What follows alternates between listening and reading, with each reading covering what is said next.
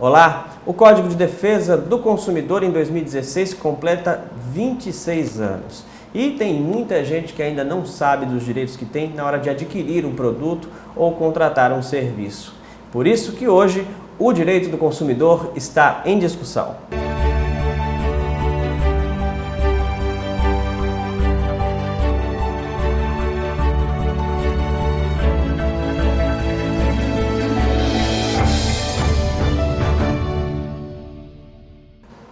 Para essa discussão, nós trouxemos 3 especialistas no assunto.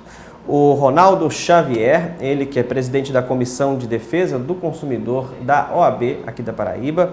Temos também o Leandro Carvalho, ele que é vice-presidente dessa mesma comissão da OAB. E também o Eitel Homero, ele que é conciliador do PROCON Legislativo. A gente começa essa discussão com uma pergunta-chave e a partir daí a gente vai desenvolvendo. Dizem por aí, e a gente quer saber se isso é verdade ou não. O cliente sempre tem razão? Muito bem, Rafael. Queria cumprimentar os demais colegas que estão aqui. Isso é um tema muito interessante. O cliente tem sempre razão? A resposta seria não.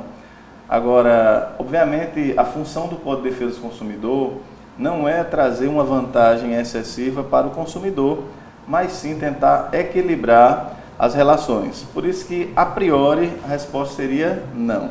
Depende do caso, e o caso tem que ser analisado. A gente sempre tem essa noção de que o Código de Defesa do Consumidor foi feito para o consumidor, mas na realidade tem os dois lados da questão. Na verdade, a criação, o Código de Defesa do Consumidor, a Lei 8.078/90, ela foi criada com esse intuito protetivo com o consumidor, porque naturalmente existe a questão da hipossuficiência do consumidor. O consumidor, por ser hipossuficiente, ou seja, por ele ser a parte mais fraca na relação de consumo, existe esse código para poder equilibrar um pouco essas relações, naturalmente, e o código busca isso, esse equilíbrio, e naturalmente não deixar um mais forte que o outro, mas naturalmente equilibrar as relações. Então tem que existir um bom senso e naturalmente um equilíbrio entre essas relações. Então, você concorda que o cliente nem sempre tem razão? Concordo. O Código de Defesa do Consumidor ele é muito claro no seu artigo 4º, sobre a defesa desse cidadão, como o nosso amigo Leandro, o doutor Leandro falou. Ele trata de trazer uma imparcialidade, um bem-estar.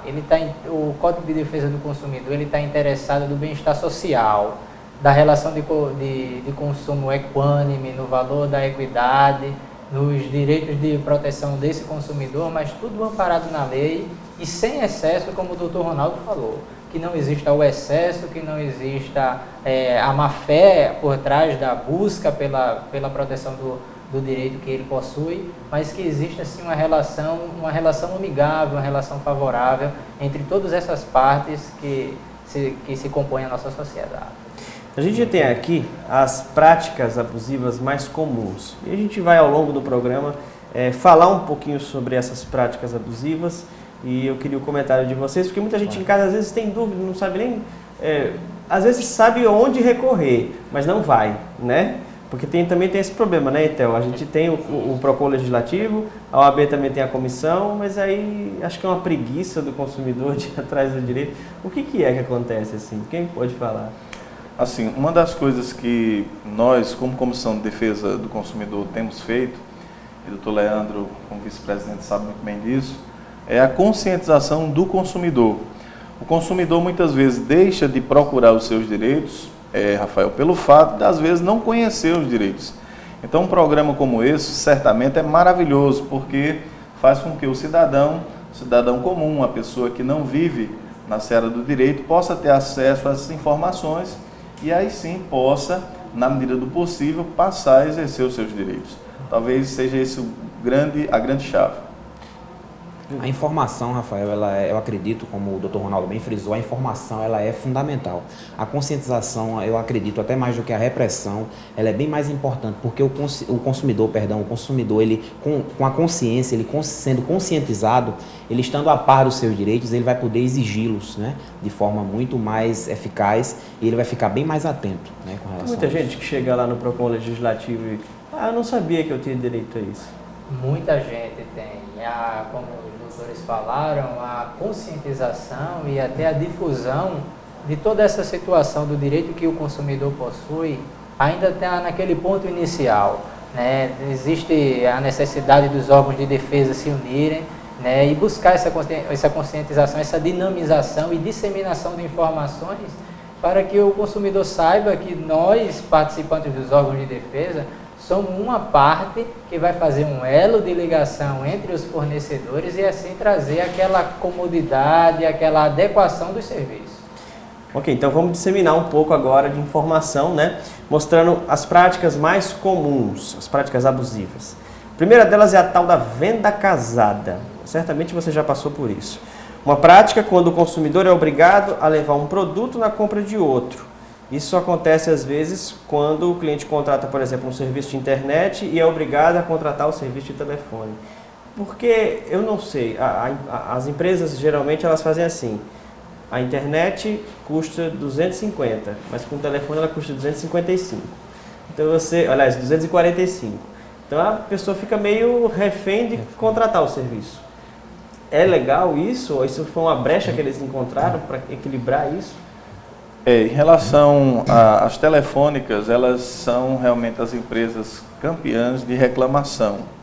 Então, uma das formas que elas usam para tentar burlar o sistema é exatamente vender, por exemplo, telefone e internet juntos, só que afirmando para o consumidor, olha, você pode ter só a internet, você pode ter só o telefone, mas aí muitas vezes você vai contratar só a internet e aí só a internet é mais caro do que a internet com o telefone. Ou a batata e o refrigerante com o sanduíche é 30 e só o sanduíche é 25.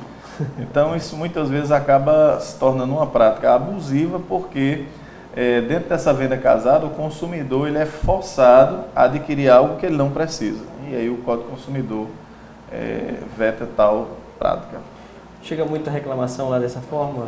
Chega, sem dúvida. O consumidor ele não pode ser, como o Dr. Ronaldo falou, forçado para realizar uma compra ou simplesmente uma aquisição de um serviço no qual ele não solicitou. Tem muita semelhança com aqueles produtos que são enviados à casa das pessoas sem que exista solicitação. Principalmente o cartão de crédito, principalmente, né? O cartão de crédito. Então é muito importante que o cliente venha estar atento a isso. Às vezes as questões de valores embutidos naquele determinado preço pode ser que não aparente configurar uma venda casada. Mas é importante que ele analise a situação, que ele visualize, que ele faça a mensuração de todo aquele serviço que está sendo solicitado ou pedido por ele. Leandro, vamos falar sobre outro tema aqui, mentir sobre a falta de um produto. O fornecedor alega que falta um produto no estoque, mas essa informação é falsa, porque na realidade ele quer vender um outro produto. Às vezes um produto que está saindo de linha, que está encalhado, e ele tenta empurrar para o consumidor. Essa prática ela é comum, né? Inclusive algumas lojas, Rafael, utilizam-se dessa prática naquela promoção que é conhecida como a Black Friday, né? Eles utilizam essa época para pegar esses produtos que estão já saindo de linha e colocarem, né, para serem vendidos, e as pessoas, né, é uma forma de enganar as pessoas. E os produtos que realmente, como é que eu poderia dizer, são os produtos mais novos, né, ficam guardados, né, ficam no estoque, e os produtos que são mais antigos, eles colocam para que sejam vendidos mais rápido. Inclusive, nós tivemos um caso aqui na capital, sem citar nome naturalmente, sim, questão ética, né, nome de loja, nós tivemos um caso aqui nessa Black Friday aqui em João Pessoa, de um gerente de uma loja que foi preso por justamente estar escondendo no depósito da loja produtos. Ele estava escondendo, anunciando, as pessoas estavam chegando lá para fazer a compra, chegaram lá para fazer a compra e não tinham produto. E aí acionaram o Ministério Público foi lá e efetuou a prisão do gerente, o né, próprio do responsável. Ministério Público foi lá e entrou no estoque e viu que tinha um produto. E viu que tinha um produto, exatamente. Que O que né? caracteriza um crime, né? Contra A gente vai ter que relação dar um intervalo rápido, mas daqui a pouco a gente vai voltar, porque tem outros temas aqui, como, por exemplo, contratação de serviço, orçamento, prazo, aquelas coisas de assistência técnica. Fica com a gente, porque aqui tem discussão.